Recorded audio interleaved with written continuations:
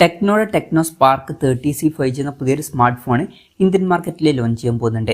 ഈ ഒരു ഫോണിന്റെ ഇന്ത്യയിലെ ലോഞ്ച് ഡേറ്റ് ഇപ്പോൾ ഒഫീഷ്യലായിട്ട് കൺഫേം ആയിട്ടുണ്ട്. പിന്നെ ഫീച്ചേഴ്സിനെ പറ്റിയിട്ടുള്ള പല കാര്യങ്ങളും ഇപ്പോൾ അറിയാനും കഴിഞ്ഞിട്ടുണ്ട്. എന്തായാലും ഈ ഒരു വീഡിയോയിൽ നമ്മൾ നോക്കാൻ പോകുന്നത് ടെക്നോ സ്പാർക്ക് 30C 5G എന്നുള്ള സ്മാർട്ട് ഫോണിനെ പറ്റിയിട്ടാണ്. നമ്മൾ ആദ്യം ഫീച്ചേഴ്സും കാര്യങ്ങളൊക്കെ നോക്കുകയാണെന്നുണ്ടെങ്കിൽ ഡിസ്പ്ലേയുടെ കാര്യത്തിൽ ടെക്നോ സ്പാർക്ക് 30C 5Gയിൽ 6.6 ഇഞ്ചിൻ്റെ HD+ ഡിസ്പ്ലേ ആയിരിക്കും വരിക. അപ്പം ഇതിൽ ഫുൾ HD റെസൊല്യൂഷൻ വരാൻ ചാൻസ് ഇല്ല. LCD പാനലുമായിട്ടായിരിക്കും ഈ ഒരു സ്മാർട്ട് ഫോൺ വരിക. അപ്പം അത്യാവശ്യം കുറഞ്ഞൊരു പ്രൈസ് റേഞ്ചിലായിട്ട് ഈ ഫോൺ നമുക്ക് എക്സ്പെക്ട് ചെയ്യാവുന്നതാണ്.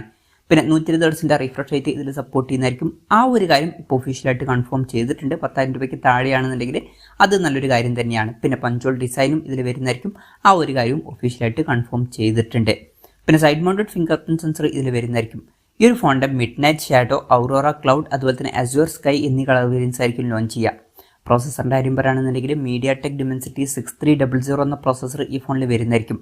10,000 അല്ലെങ്കിൽ അതിലും താഴെ വരുന്നൊരു പ്രൈസ് റേഞ്ചിലാണ് എന്നുണ്ടെങ്കിൽ ഇത് അത്യാവശ്യം നല്ലൊരു പ്രോസസ്സറാണ് എന്ന് തന്നെ പറയാവുന്നതാണ്. ഈ ഒരു പ്രൈസ് റേഞ്ചിൽ ബെസ്റ്റ് എന്നൊക്കെ പറയാൻ പറ്റിയിട്ടുള്ള ഒരു പ്രോസസ്സർ തന്നെയായിരിക്കും. പിന്നെ 5G സപ്പോർട്ടും കാര്യങ്ങളൊക്കെ ഇതിൽ വരുന്നതായിരിക്കും. 4GB റാം വരെയും 128GB ഇൻറ്റേർണൽ വരെയും വന്നേക്കാം. വെർച്വൽ റാം എന്നുള്ള ഫീച്ചറും ഇതിൽ വരുന്നതായിരിക്കും. അതായത് എക്സ്ട്രാ റാം വേണ്ട സമയത്ത് ഇൻറ്റേർണൽ മെമ്മറിയിൽ നിന്ന് കുറച്ച് മെമ്മറി എടുത്തിട്ട് അത് റാം ആയിട്ട് യൂസ് ചെയ്യുന്നതായിരിക്കും. പിന്നെ ആൻഡ്രോയിഡ് 14 ബേസ് ആയിട്ടുള്ള സോഫ്റ്റ്വെയർ ആയിരിക്കും ഇതിൽ വരിക. ക്യാമറയുടെ കാര്യം പറയുകയാണെന്നുണ്ടെങ്കിൽ ഫോണിൻ്റെ പിന്നിൽ ഡ്യുവൽ ക്യാമറ സെറ്റപ്പ് വരുന്നതായിരിക്കും.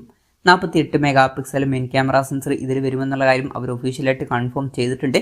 അത് സോണിയുടെ ഒരു സെൻസർ ആയിരിക്കും എന്നുള്ള കാര്യം അവർ കൺഫേം ചെയ്തിട്ടുണ്ട്. മിക്കവാറും IMX 582ൻ്റെ സെൻസർ ആയിരിക്കും ഇത്. പിന്നെ രണ്ടാമത് ഒരു AI ലെൻസും വന്നേക്കാം. ഫ്രണ്ടിൽ 8 മെഗാ പിക്സൽ സെൽഫി ക്യാമറ വരാനാണ് സാധ്യത.